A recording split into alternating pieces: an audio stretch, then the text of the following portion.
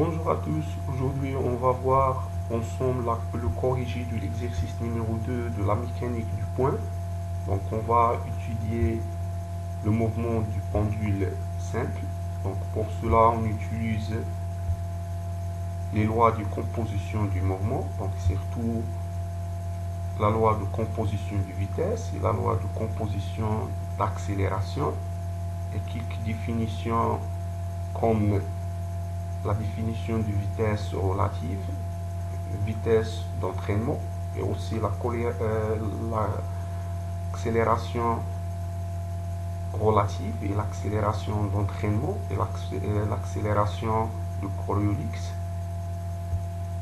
Cette vidéo il est très important, donc pour cela il faut suivre jusqu'à la fin et partager avec les amis.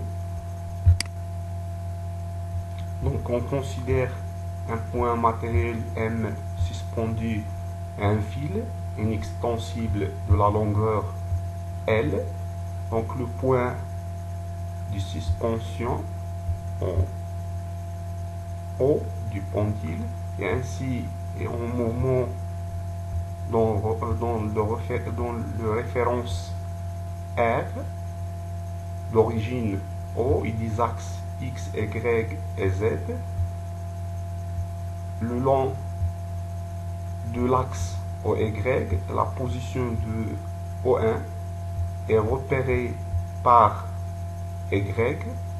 Le mouvement du point M a lieu dans le plan OX, Y, voir la figure ci-contre, soit la référence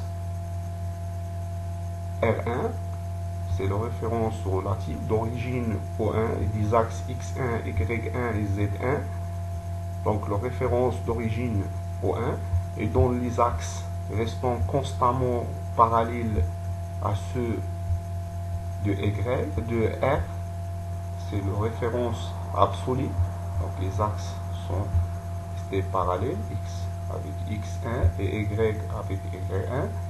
Donc les expressions finales du grandeur vectorielle doivent être établies dans la base cartésienne IJK associée à grand R, référence absolue. Donc la première question, calculer la vitesse et l'accélération du point M dans le repère R1. Donc il faut calculer la vitesse du point M par rapport à R1, c'est-à-dire la vitesse relative du point M et aussi l'accélération du point M par rapport à R1.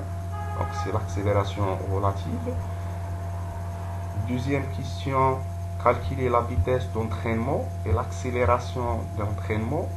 L'accélération de Coriolis en M du mouvement de R1 par rapport à R. La dernière question, déduire la vitesse et l'accélération du point M dans R. Donc ici, il faut arrêter ou bien stopper la vidéo et essayer de répondre les trois questions avant de passer à la correction.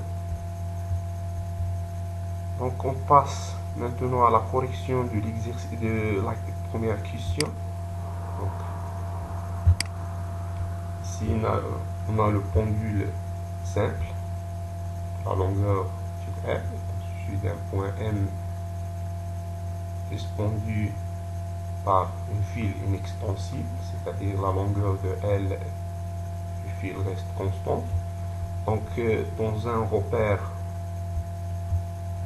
O1 d'origine O1 des axes X1, Y1 et Z1, c'est un repère relatif parce qu'il est en mouvement de translation par rapport au repère absolu, bien la référence absolue, donc R d'origine O, X, Y et Z. Donc pour calculer la vitesse de point M, la vitesse relative de point M dans R1, donc il faut premièrement déterminer le vecteur position dans le repère relatif, donc le vecteur position dans le repère relatif, c'est OM. Donc si on veut calculer la vitesse absolue dans le repère absolu, donc il faut exprimer la vitesse, le vecteur, bien déterminer premièrement la vitesse, le vecteur position OM. Donc c'est pas O. Donc pour cette question, donc on calcule la vitesse relative. Donc vecteur position c'est O1M. Donc on fait la projection ici sur l'axe des x. Donc x m va égal cosinus bien L fois cosinus de phi. Et aussi on fait la projection sur l'axe des y. Ici c'est ym. Donc ym va égal sinus bien L fois sinus de alpha. Donc l'expression de la vecteur bien du vecteur position, c'est O1M égale L facteur de cos phi fois i selon l'axe x1 et aussi plus sinus fois g ici. Donc puisque x1 et y1 sont parallèles, restent constamment parallèles par rapport à les axes de R, donc du même base, I et J. Donc maintenant on calcule la vitesse relative. Donc la vitesse relative du point M, c'est la dérivée du vecteur position M1 M par rapport au temps dans le repère R1. Donc on écrit V de M par rapport à R1 égale dérivée du vecteur position par rapport au temps dans le repère R1. Donc on fait ici la dérivée, donc elle est constante.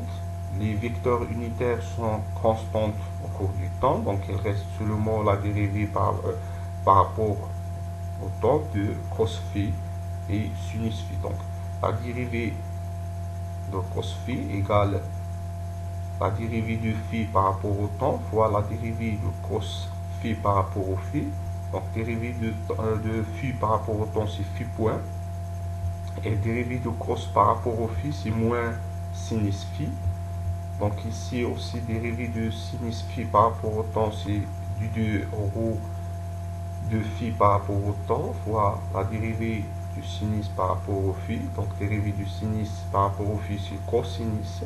Et dérivée de phi, c'est phi point. Donc on trouve la vitesse relative à égale RL fois phi point, facteur de moins sinus i plus cos fois g. On trouve la vitesse relative égale RL fois phi point moins sinus phi fois u plus cos phi fois g. Donc c'est la vitesse relative. Donc il est aussi exprimé dans la base IJK. Donc composé de vitesse dans le plan suivant K il est nul parce que le mouvement se fait seulement dans le plan OXY.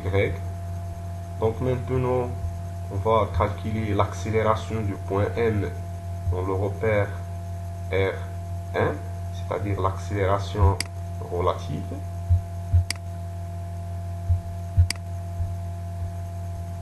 Donc l'accélération relative, donc par définition, l'accélération relative du point M par rapport à R1 égale la dérivée de la vitesse relative du point M par rapport à R1 dans le repère R1.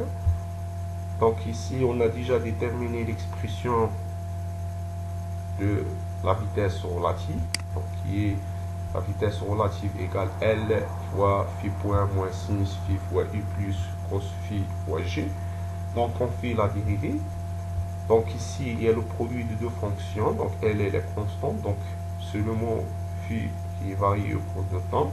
Donc on fait la dérivée premièrement de phi par rapport au temps, qui est égal phi seconde, donc gamma maintenant relatif égale L fois phi seconde, facteur de moins sinus phi plus fois I plus cos phi fois G, plus L fois phi. Donc dérivée de sinus phi par rapport au temps, c'est phi point fois cos phi, plus aussi phi point cos phi point moins fois dérivée de cosinus par rapport au phi, c'est moins sinus. Donc il donne phi point moins sinus de phi fois G. Et I et G sont constantes. Donc les vecteurs unitaires sont constantes au cours du temps. Donc après, il faut factoriser par L et phi carré, ou bien par L. Donc il reste ici, c'est phi seconde, phi 2 points fois sinus phi, plus aussi, ici va devenir sinus, donc on factorise aussi par le signe moins, donc il reste moins L, facteur de phi seconde fois sinus phi, plus aussi phi point fois sinus phi, facteur de I. Et pour l'autre terme, donc c'est pour G, c'est L, facteur de cosinus, ou bien phi seconde fois cosinus alpha, mais aussi moins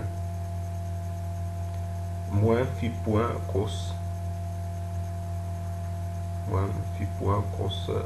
phi, tout fois vecteur unitaire G. Donc on trouve l'expression suivante, c'est moins L sinus, phi seconde sinus phi plus phi point carré, avec phi qui est là, fois I plus L facteur de notre terme qui est là, donc phi seconde fois cos phi, moins notre terme qui est là, donc moins phi point fois cos, donc devient L facteur de moins phi carré sinus et le tout fois G. Donc c'est l'expression de la vitesse de l'accélération relative. Donc pour la deuxième question, donc il faut calculer la vitesse d'entraînement et aussi l'accélération d'entraînement et l'accélération de Coriolis en point M du mouvement de R1 par rapport à R2. Donc on a premièrement R1, il est en mouvement de translation par rapport à R1, donc il n'y a pas de rotation.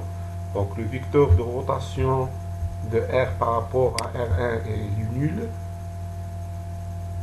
Donc la définition de la vitesse d'entraînement est donnée par vitesse d'entraînement égale du de vecteur unitaire, c'est la vitesse absolue de repère, de l'origine du repère relative, plus vitesse en général, plus vecteur vitesse de rotation, vecteur position au n. Donc puisque oméga est nul, donc il reste seulement le premier terme. Donc la dérivée de O1 par rapport au temps. Donc ce vecteur ici il est au moment de translation, donc suivant l'axe des Y, donc égal O I égale petit y fois g, donc on fait la dérivée et c'est y point fois j, donc c'est l'expression de vitesse d'entraînement. Donc après il faut calculer l'accélération. Donc pour l'accélération d'entraînement, donc par définition l'accélération d'entraînement il est la dérivée seconde de OI Donc c'est l'accélération de repère ou bien de l'origine de repère relative par rapport au repère absolu, plus la dérivée de oméga par rapport au temps vectoriel VR, donc plus aussi oméga vecteur vitesse d'entraînement, donc qui est ici oméga, puisque oméga est nil, donc l'accélération d'entraînement va simplifier, c'est la dérivée seconde de y fois g, donc dérivée seconde de y, c'est y de point fois g, donc il reste à déterminer l'accélération de Coriolis, donc par définition l'accélération de Coriolis égale 2 oméga de r par rapport à R1 par rapport à R, vectoriel et vitesse relative, donc puisque oméga est nul, donc automatiquement l'accélération de Coriolis est nulle, donc parce que le repère R1 il est en moment de translation, pas de rotation, suivant R par rapport à R. Donc on passe à la troisième question. Donc la troisième question est très importante. Donc calcul de la vitesse absolue de point M et aussi l'accélération absolue de point M dans R. Donc pour cela on utilise soit la définition, c'est-à-dire l'accélération ou bien la vitesse absolue égale le vecteur position OM par rapport au temps dans R, soit on utilise la loi de composition. Dans ce cas-là, on utilise la loi de composition parce qu'on a déjà calculé la vitesse relative et aussi la vitesse d'entraînement. Donc on a par définition la vitesse absolue de point M par rapport à R égale la vitesse relative plus la vitesse d'entraînement. C'est la loi de composition de vitesse. Donc on a l'expression de la vitesse relative et l'expression de vitesse d'entraînement. On fait la somme du deux. Donc on trouve la vitesse absolue de point M égale moins L fois phi point sinus phi fois U plus notre terme qui contient G.